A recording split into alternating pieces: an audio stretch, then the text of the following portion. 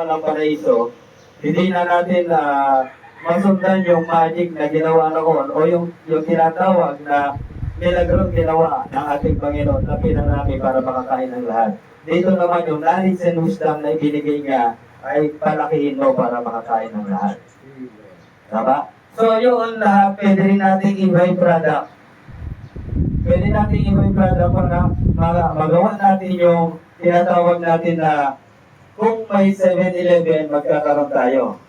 Maharlika, groceries, lahat ng by product natin hanggang sa meat product, puro po organic yan at kakaiba.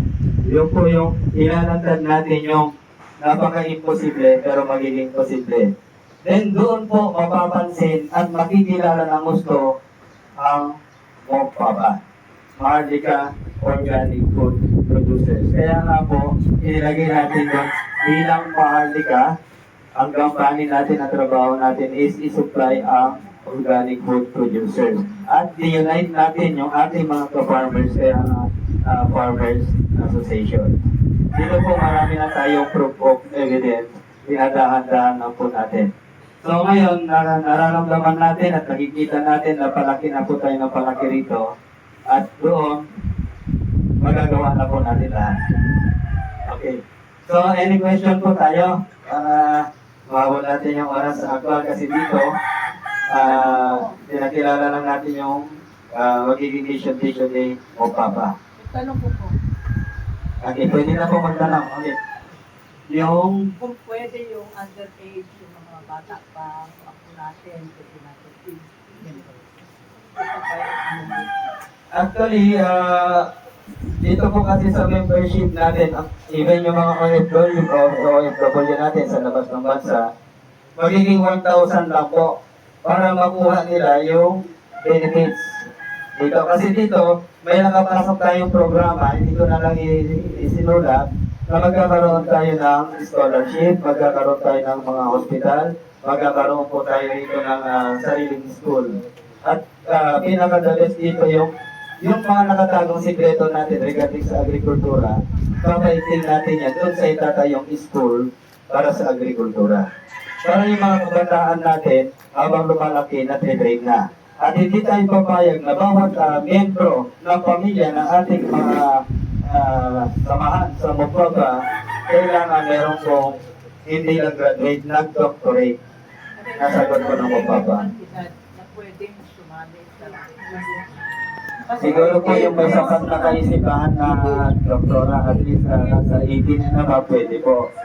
Kasi yung below 18 and above, wala pong kaisipan na maunawaan nilang mabuti itong ating mission. So po na tingin ko hindi po. Pero pwede natin silang encourage na every time na may activities tayo, pwede yung invite yung mga bata na nakikita nila mo. Nakikita nila yun po.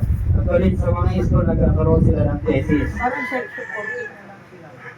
Dito po, may ginawa po kami dito. Alam na si Sir Alex, kahit si Sir Alex naranasan niya, na may mga natutulungan tayong out of school yun na magkaroon ng pangkabuhayan. May natutulungan tayong mga estudyante na wala silang pambaon during the period of wala silang pasok. Pwede silang magbaging, pwede silang mag-isip, maaga pa natuto na sila. And then tumakbo yung magulang nila na sila na lang nila kinukuha yung pambaon nila. And then pati yung mga pabayad nila sa mga project nila. Siguro, Chairman, yung ideal na age is yung high school graduate. Pinakamaganda po yan kasi nakakaunawa na po yun. Yes. Anyway, kahit hindi po yan nag-aral, no? Kahit hindi, walang pinag-aralan. Dito kasi, hindi naman gaano importante yung pinag-aralan. Ito po kasi yung program na ito, sa totoo lang, ipapahiya nito ang mga matatalino sa sanlibutan. Ipapahiya ng programa na ito. Ang pinaka-importante dito, yung dedication mo, yung passion mo, yung willingness mo, yung activeness mo, ibibigay mo dito. Dito, habang ginagawa ko, tulungan natin ka sa ating butihin, kapilan Diyos Ama, sa ating Panginoon. Kasi siya, major. Ito gaganawan natin, major. Katulad yan, inumpisahan natin sa amag. Sa salitang Tagalog,